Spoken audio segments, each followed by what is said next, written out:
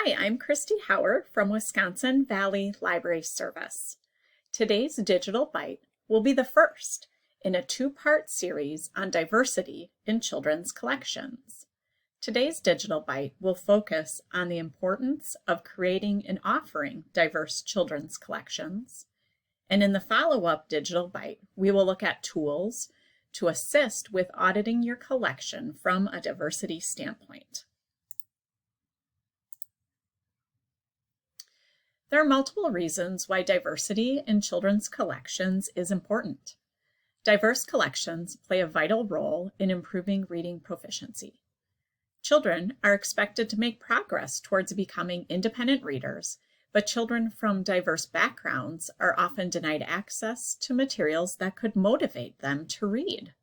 It's difficult to develop reading skills when a child cannot make connections to the books available to them.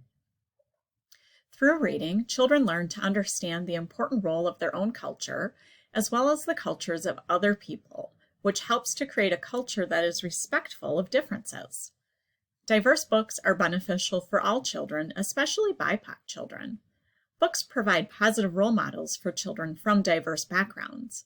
Accurate portrayals of diversity have a positive influence on a child's self-image. Diverse books allow children to meet people like themselves and develop an appreciation for the beauty of their own culture as well as the culture of others. Dr. Rudine Sims Bishop uses the mirrors, windows, and sliding glass doors concept to explain the benefits of diverse collections. Mirrors allow you to see yourself in stories. Windows allow you to see the lived experiences and worlds of others.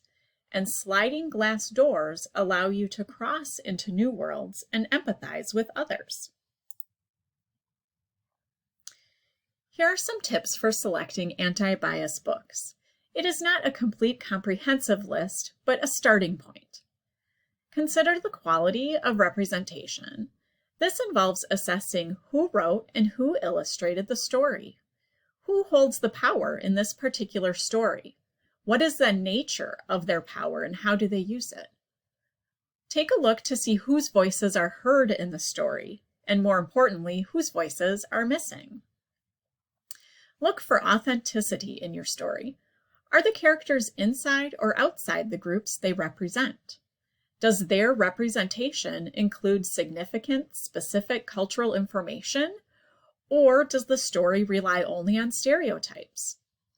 Does the book include counter-storytelling? Counter-storytelling magnifies the stories, experiences, narratives, and truths of underprivileged communities. These may contrast with dominant narratives. Look for messages about different lifestyles. Do the lives of marginalized people contrast unfavorably with the norm of white middle-class suburban life? Are negative value judgments implied about ways of life that differ from the dominant culture or economic class? Does the setting reflect current life in today's world, or is it based on past assumptions about life? Assess the storyline and relationship between characters. Even if a book shows visual diversity, the storyline may carry biases related to how it handles power relationships among people of various identities. The storyline should be about children and adults working together, rather than perpetuating the myth that change happens because of special individual people who do it by themselves. Are people of color, women, low-income families, or people with disabilities depicted as needing help or in passive roles, while whites, men, and able-bodied people are in leadership and action roles?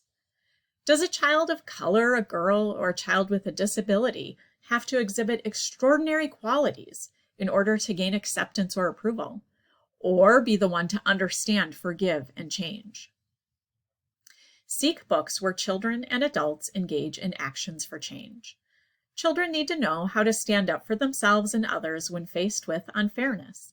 They also need to know about people from all social identity groups who have worked towards justice. Make sure your book collection includes a balance of people who have made important and honored contributions to American life as well as the world community, and not just the traditional white male heroes.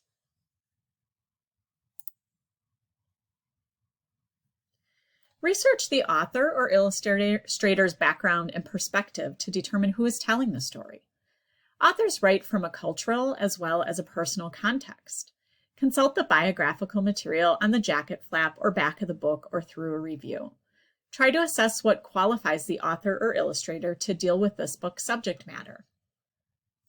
It's important to look for characters of color depicted in everyday situations, like getting a new pet, shopping with dad, or starting school. These are universal situations, regardless of our backgrounds. Additionally, diversity can encompass many dimensions. We commonly hear about race, gender, or religion. But diversity could also include family structure, housing, body type, physical abilities, or economic status. It's important to consider whether the characters are portrayed in modern and urban settings or only in historical settings. Take a look at the copyright date. While the copyright date doesn't guarantee a book's relevancy, it can be helpful when assessing books. Older copyrights could be an indication of outdated information or negative perspectives. Children's books began to reflect the reality of a pluralistic society and non-sexist and non-ableist perspectives in the 1970s. Since then, the range of accurate, respectful, and caring books reflecting diversity has increased significantly. When looking for diverse books, a good idea is to consult awards lists on a variety of diverse topics. Also consider where you purchase books from.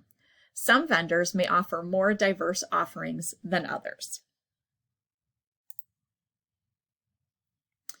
Some of the more obvious pitfalls to avoid in children's picture books include stereotypes, which are negative in nature and sometimes so pervasive that we don't always recognize them right away.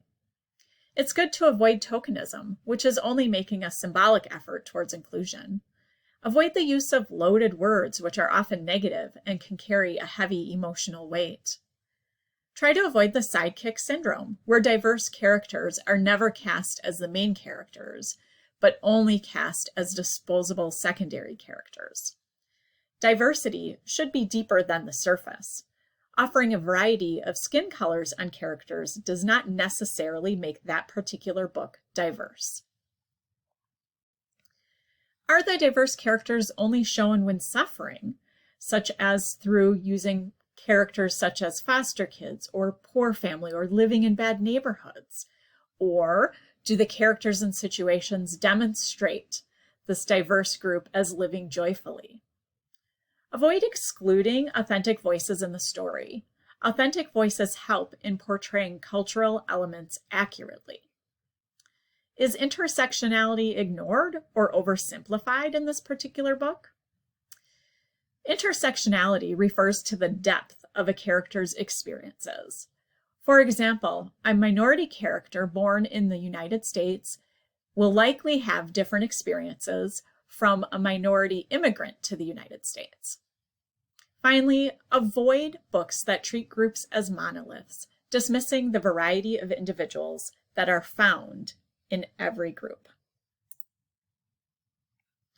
There are additional ways to incorporate these ideas into your daily work routines. Before placing a book order, take a moment to review that order and verify that it's diverse in nature. This will help you maintain a collection moving forward that is inclusive and diverse. When creating displays, select a variety of diverse titles that show inclusivity and balance.